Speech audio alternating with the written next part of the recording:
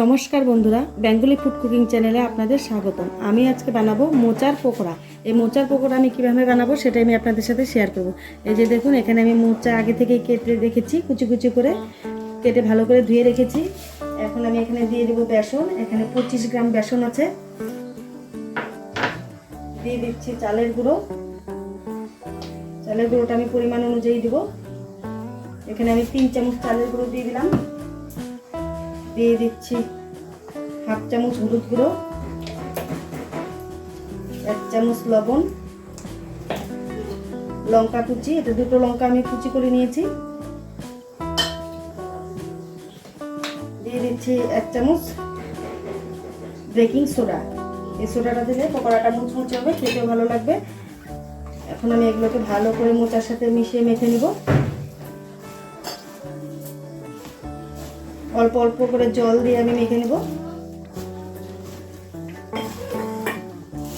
এই মোচার পকোড়াটা খেতে কিন্তু খুব ভালো লাগে। অবশ্যই বন্ধুরা আপনারা একবার হলেও বাড়িতে বানিয়ে খাবেন, দেখবেন খুব ভালো লাগবে। ভালো লাগলে অবশ্যই একটা লাইক কমেন্ট শেয়ার করবেন আর সাবস্ক্রাইব করবেন। দেখুন আমি অল্প অল্প করে জল দিয়ে মেখে নিচ্ছি, কারণ একবারে বেশি জল দিয়ে দিলে তাহলে একদম নরম হয়ে যাবে গোলাটা। মোচাটা কিন্তু বন্ধু কাঁচাই আছে, আমি সেদ্ধ করে নিইনি। আপনারা চাইলে একটু হালকা সেদ্ধ করে নিতে পারেন। ওখানে কড়াই বসিয়ে দিয়েছি, গ্যাসটা আমি জ্বালিয়ে দেবো। তো দেখুন বন্ধুরা, কড়াই গরম হয়ে গেছে। এখন আমি কড়াইয়ে দিয়ে দেবো পরিমাণ মতো সাদা তেল।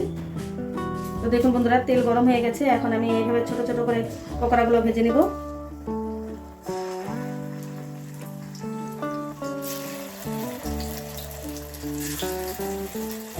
খেতে কিন্তু দুর্দান্ত স্বাদ এই মোচার পকোড়া।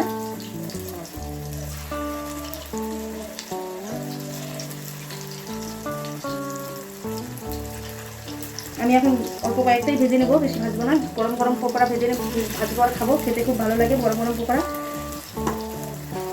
এখন আমি এই কটাই ভেজে নিচ্ছি।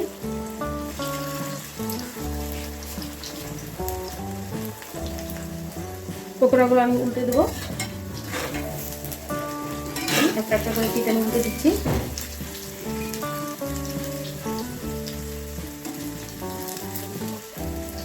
দেখুন বন্ধুরা, বেকিং সোডা দেওয়াতে পকোড়াগুলো কিন্তু ফুলে অনেকটা বড় হয়ে গেছে।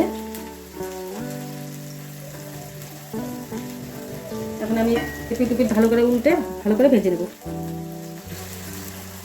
দেখুন বন্ধুরা, পকোড়া ভাজা হয়ে গেছে।